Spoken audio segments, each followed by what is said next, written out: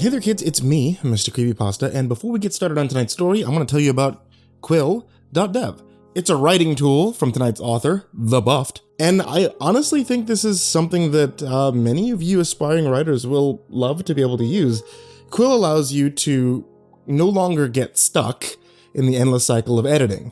So using Quill, you can't edit what you've written until you hit your word goal. Give it a try. There's a link in the description down below.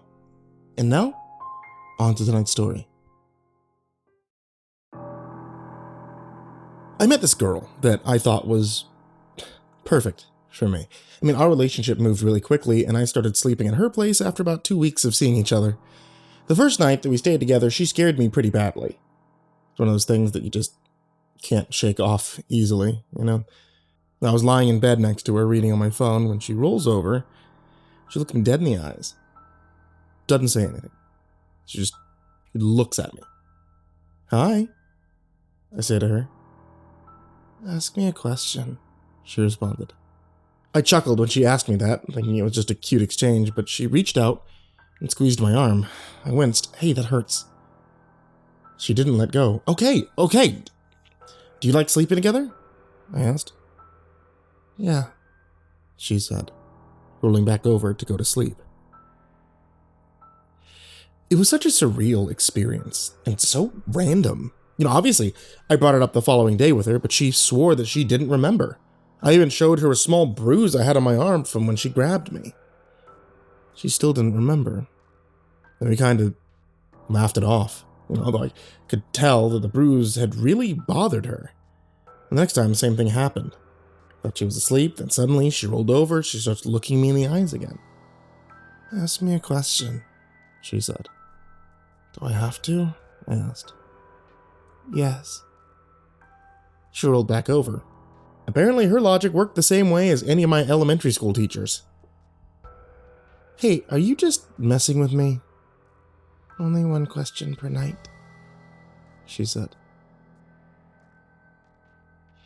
It sounds benign, you know, but her tone had a sense of finality to it.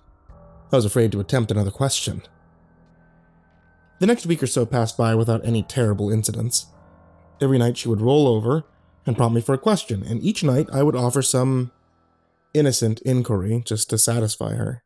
I'd ask her if she had enjoyed the restaurant or if she was tired, you know, small things like that. Strange as it was, I was happy and didn't see the reason that this strange sleep-talking gimmick should upset me too much.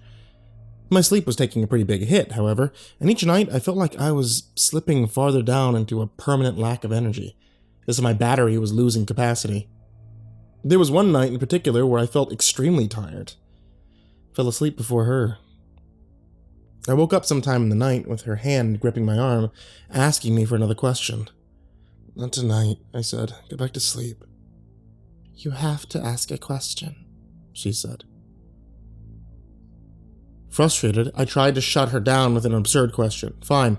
When will I die?" "After me." She rolled away as I sat up. The way she had said those words, my body immediately broke into a cold sweat. My stomach turned over. "What'd you say?" I asked angrily. "One question." "No, not tonight." I grabbed her. I mean, I didn't want to hurt her. I was just so frustrated and admittedly pretty scared. I started to shake her. "Not tonight. You need to tell me what's going on. Why are you doing this to me?" I was yelling loudly at this point. She didn't respond immediately until suddenly she turned and pushed me. My mind almost expected some kind of supernatural strength, but ultimately it was my balance that got me. I mean, with my knees tucked under me and sitting on the edge of the bed, there was no way to stop my falling. I tumbled backwards, getting shrimped between the bed and the wall. I stood up, yelling even more, but she'd already turned back over in bed. I finally started grabbing a few pieces of clothing and went out the door. I'd been staying with her for a while, and had only been back to my apartment during the day occasionally. I finished the night asleep there, shaking with anger. She called me in the morning asking where I'd gone. I tried to explain to her what had happened, and I think it scared her more than it did me. "I pushed you out of bed?" she asked. "Yeah, right into the wall," I said. "This has to stop. I don't really know what it is, but it has to stop. I'm happy with you, but I don't know. I feel like I'm getting chipped away at, even when the nights are peaceful. I'm scared, she said. We decided to sleep apart for that night. I think she wanted us to at least see each other so I could comfort her, but I was mostly thinking of myself. I was extremely relieved to be apart, and I hadn't realized the full extent of the stress that I'd been under. I even went to bed much earlier than usual, settled in for what I hoped would be a questionless night. I woke up. The clock said 3:21 a.m. I wasn't sure why I woke up. I didn't hear anything, all the lights were off. I even flicked on the lamp, but didn't notice anything. I wasn't sure anything had happened at all. I was still mostly asleep, but suddenly felt a little guilty over the whole situation. I mean, maybe I had overreacted, and I worried about how upset I may have made her. I grabbed my phone to send her a text. She had already sent me one. Ask me a question, it said, timestamped at 3:21 a.m. The text had woken me up. I quickly turned off my phone as if that would make any difference. I was in a cold sweat again, fully awake. I barely had time to process what I had just seen before my phone started ringing. It was her. No chance I was going to answer the phone. All of it was starting to feel like a sick joke, and I quickly lost my earlier feeling of guilt. I shut down my phone completely, struggled to go back to sleep. I felt like all I needed was one day and night of rest. 3:52 a.m. A knock on my door woke me up, and I almost pissed myself. I knew it was her, and my fear grew without limits as I walked to the front door and looked out. There she was. Beautiful but ghostly. Somewhere she shouldn't be, standing in the hallway, patiently. I held my head against the door, trying to decide what I should do. I didn't open the door, but I decided to try my luck. How can I make this stop? I asked, as loudly as I could. You can't, she said. I looked back out the peephole and she was gone. I whipped open the door and stepped into the hallway. She was walking toward the elevator, seemingly unaware that I was even behind her. I almost asked her to stay, worried about her traveling in this weird state, but selfishly I let her go. I even had the horrible thought that if something did happen to her, at least that would solve things for me.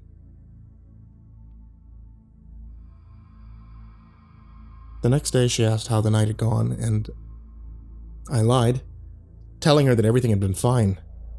In her own words the night before, I couldn't stop it, but I could at least try to control it or understand it. The next few weeks, I barely slept. I tried so many different questions, none of the answers were exactly comforting. Why can't I stop it? She said it was inevitable. Have you done this to anyone else? She said no. Do you want to hurt me? She said no. Can you lie? She said no again. I may have wasted a question. I mean, what did I expect her to say? I tried as many things as I could think of, but no questions about the process seemed to gain me any ground. Each night, I lost another little piece of myself, and I think there were some weeks I didn't really sleep at all, getting maybe 5 hours total across the whole span. Exhausted one night after weeks of trying, I tried something different, something more specific. What is the number of days exactly that we'll be in a romantic relationship after today?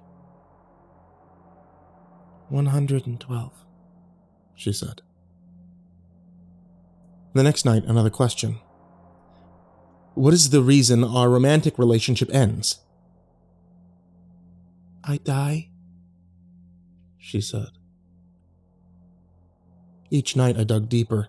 What will your cause of death be? Starvation. What will my cause of death be? Electrocution. Where will you die? Nearby. Can I keep you from dying? Yes. So the future can be changed? Yes. How can I stop you from dying? Don't kill me. Her words sent me into a lasting panic. I understood what she was telling me, but for all of my exhaustion and despair, I kept trying. I searched for more and more clarification, but her answers always had a way of remaining just a little too vague.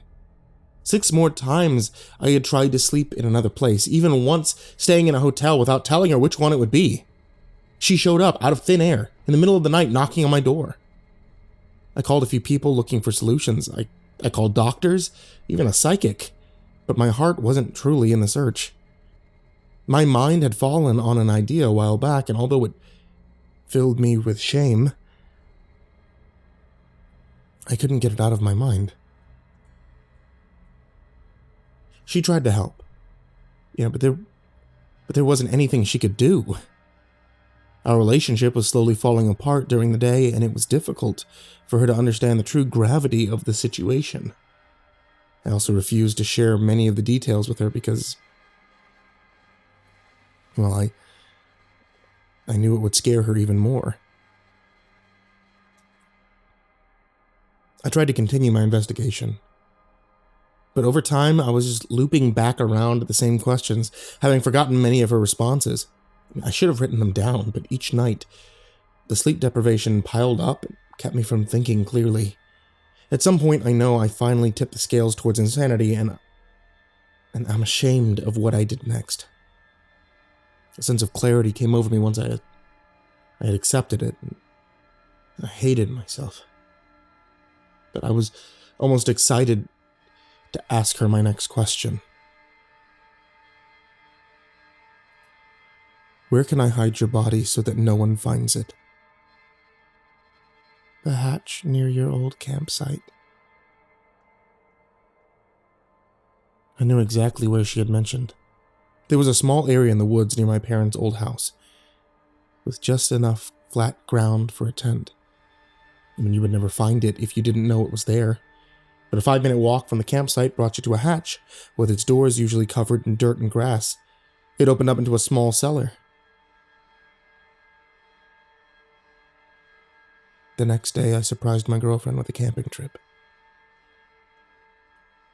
Our relationship had really reached its last leg, and I explained that it would be nice to take a break and get away for a while. We enjoyed our day together, and honestly, I forgot temporarily about the horrible things left to do. She deserves so much better. Night came, and we sat in front of the fire, her head resting on my shoulder as she fought off sleep. She couldn't see me, but I was crying, hoping that she wouldn't fall asleep so I could stay in that moment. I'm sorry, she said, almost asleep. Hey, it's okay. We're gonna figure it out.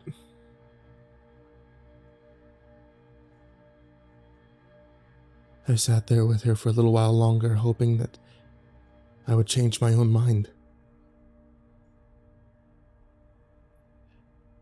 I love you, I whispered.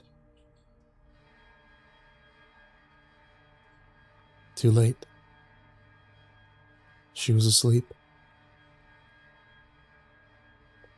I picked her up out of her chair and carried her off into the woods. I finally found the old hatch, and I laid her down on the ground near it. It took a while to finally pry it open, pushing away years of dirt and leaves with my arms and feet. I had a new padlock in my hand that I had brought with us. I lifted her again, and I walked down with her into the cellar, placing her down again in the center of the room. I sat down against the far wall of the cellar, and somehow I drifted off to sleep. I woke up to her standing in front of me. In that moment, I finally started to think of the person in front of me as someone completely different than the woman I had met. Will she know that I loved her? I asked. Yes, she said. And before she could turn and head back to the campsite, I ran up the stairs and I shut the hatch door behind me, securing them with a padlock. But I stood there for a long time, knowing my girlfriend was just on the other side. Could I really leave her there? The past few months all came back to me all at once. I stood there feeling every ounce of the frustration and the exhaustion that had plagued me throughout our relationship. And then I weighed that against how it felt each time I heard her voice. Even in times of anger, her voice was my favorite. I knew people that spent most of their relationships not even speaking to each other. What was happening to us be so bad that I would consider harming her? I think I had even had dreams of carrying all this out, leaving her in there, dealing with the guilt as I tried to forget everything that happened. It almost felt as if I really had done it. And by this time, she hadn't been inside for only a few seconds, but instead, days. As quickly as I shut the doors of the hatch, I threw them open again. My girlfriend walked past me, back towards the campsite. Ashamed and exhausted, I collapsed. I wasn't sure how I could face her when she woke up. Going through the motions woke me up more than anything, and I realized how selfish I had been about the whole experience. I mean, who knew the implications of what we were experiencing, the possibilities? I went back to the campsite soon after to find her awake and concerned with where I was. It took a couple of hours and involved a lot of almost incoherent apologies, but I told her everything. I let it all out completely, even what I had planned when we went camping. I didn't know how she would react. I don't think she did either, but ultimately she said she wants to help to try and understand what is happening, what we can do to keep it from causing any more harm. We both know it'll take a long time, but I love her. And I plan to give her everything I have. That was 4 nights ago. She still asks for questions, but something's changed. I don't feel like I'm dealing with this by myself anymore. I have a lot of hope. I mean, things aren't perfect, but I slept really well last night. I'll update everyone where we go from here.